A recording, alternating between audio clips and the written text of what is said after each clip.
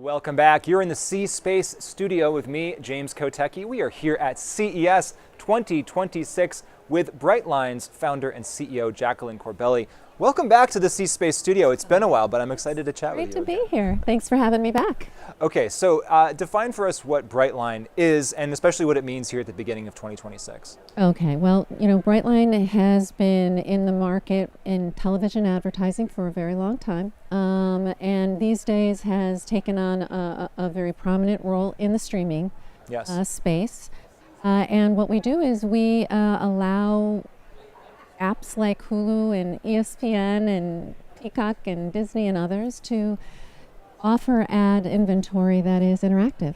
Okay, so let's talk about what that means. Yeah, that's so cool. And so interactive can mean a lot of different things. So give us some examples of what that means. Can mean a lot of different things. It's everything from digging into the actual content you're watching, if it's sports and your favorite athletes, scores, stats, betting, lines and things like that, to trivia, to gaming, to shopping, and so on. So it's really a full gambit. And is this interactivity happening in ad breaks or during the content itself? How do you? Both now. Both now. It used to be that it was during the breaks, and now, especially with sports and gaming, it is right inside it, a seamless part of the content experience. And what can you tell us? What does your data show about how people are willing to engage and interact with this, and what it means when something is interactive? So it's amazing, really, because I think video advertising has been a huge thing since the internet took off, and so much money is spent on them, and I think it's sort of standard to see a so-called click-through rate of under 1%, and in fact, 1/10%, like a 0.01 something. And I have to say, like, our high-performing versions of that are in the 15% range. Wow. So it's definitely a great and natural environment now for viewers to be encountering and engaging with that type of experience. Yeah. And so what inspires you as you build out interactive ads? And I guess I'm asking with that question is what philosophically is guiding you? What's the kind of North Star as you think about this? Because there's probably a version of this that's pretty annoying to people, right? And you probably don't want to be doing that. Well, it's funny that you ask, because the whole reason we actually started the company was to help the viewer get out of this experience of being disrupted from their viewer experience, and also to just create a better one. And so our North Star has always been that. It's always been the viewer experience, how to create the ideal viewer experience, how to help lead advertisers toward it. And you asked the question about performance, and it sort of felt like, look, it's going to perform better. Your target consumers are going to appreciate it, and you should be doing more of it. And so that being our North Star. It's every day. It's about how do we feed the experiences that seem so natural and are really creating the best performance. And it continues to be our North Star. And I assume it takes different shapes on different devices, right? Because if I'm holding something in my hand, interactivity can mean something different than if I need to use a remote.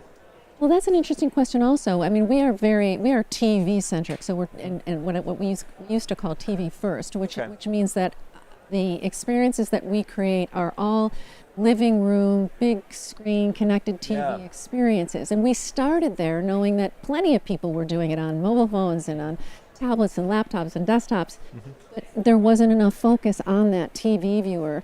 So we originally got started doing that, and then sort of became backward compatible across all those other screens. And we really think that it's still the most important screen that we consume the content off of, and we remain very dedicated to enhancing that experience. Since you've last been on the C-Space studio, you wrote a book.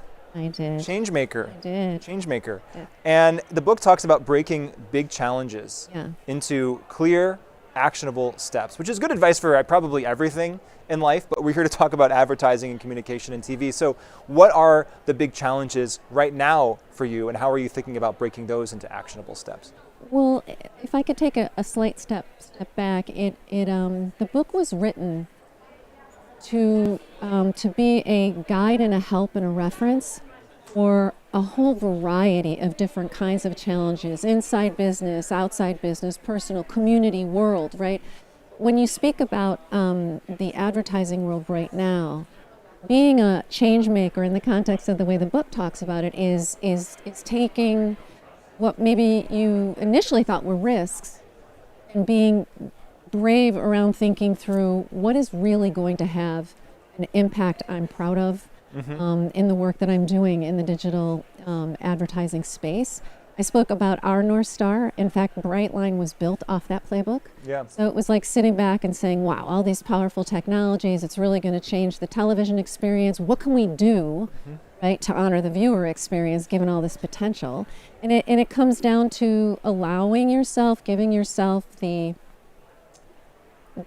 freedom to take a step back and think about it with a sort of fresh viewpoint and come back into it with a model that is white space, as they say, that you can end up, it can end up being a win-win for the industry, for you as a business, and most of all, the consumer.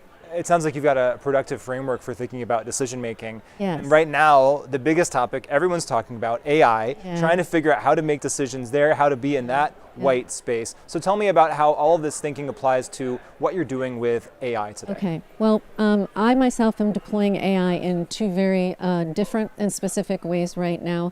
With the business and BrightLine, we're doing what a lot of people are trying to are tasking their teams with, which is to bring agentic into the picture and to take as much advantage of what that means for a particular business and industry. Yeah. We're doing that in a very specific way that has to do with how you bring those experiences to the viewer. And it really comes down to how do you connect all of the activities and action steps it takes to get from idea and creative to the type of capabilities you think are going to be best for your viewer, and then marry that with the ad avails that you are most interested in, whether it's in Peacock or Hulu and so on.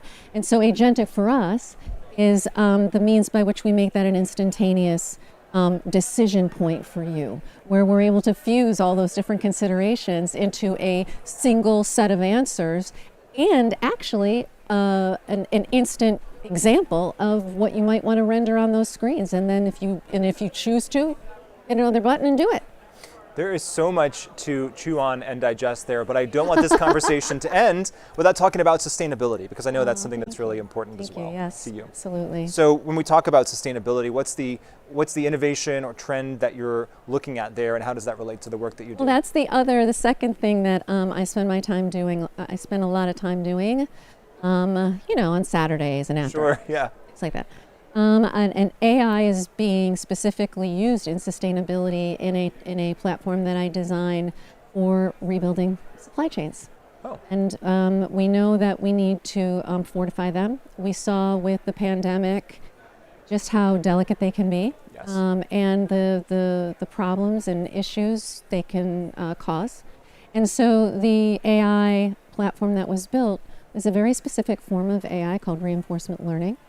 And it is used specifically to solve for the challenges in any industry and any supply chain by unifying the actions being taken to address those challenges. Right now, it's extremely fragmented, right? People are focused on what they need to do, but there's so much innovation out there. There's actually funding out there. There's duplicative activities going out there, redundancy and wasted capital. So what the platform does is it unifies it into a mass community, and we are able to collaborate across industries and supply chains and unify those actions. It sounds like you're able to use a lot of the thought process and work that you do with BrightLine and that experience and do that for this. Is this another business that you're building, or what's the state of this platform? Business. It's called Sustain Chain. I designed it very similarly, it talks about in the playbook to BrightLine, which is off a clean sheet of paper. And it's sort of, what are we really trying to accomplish here? We know what that looks like. okay, let's go build it. And it's called Sustain Chain. We launched it right after the pandemic. There's thousands of organizations on it now, and so it's really moving. Well, congratulations on your success in both of those. I love examples where, so AI, obviously, there's a lot of criticism and concern around the environmental and sustainability impact of AI, and it's cool to see examples where AI is being used for that kind of sustainable good. Yep. So Jacqueline Corbelli, founder and CEO of BrightLine. Don't be a stranger. Come back and talk to us again. Thanks so much, James. Really appreciate it. And thank you so much for watching us here in the C-Space studio at CES 2026. I'm James Kotecki. More coming up after this short break.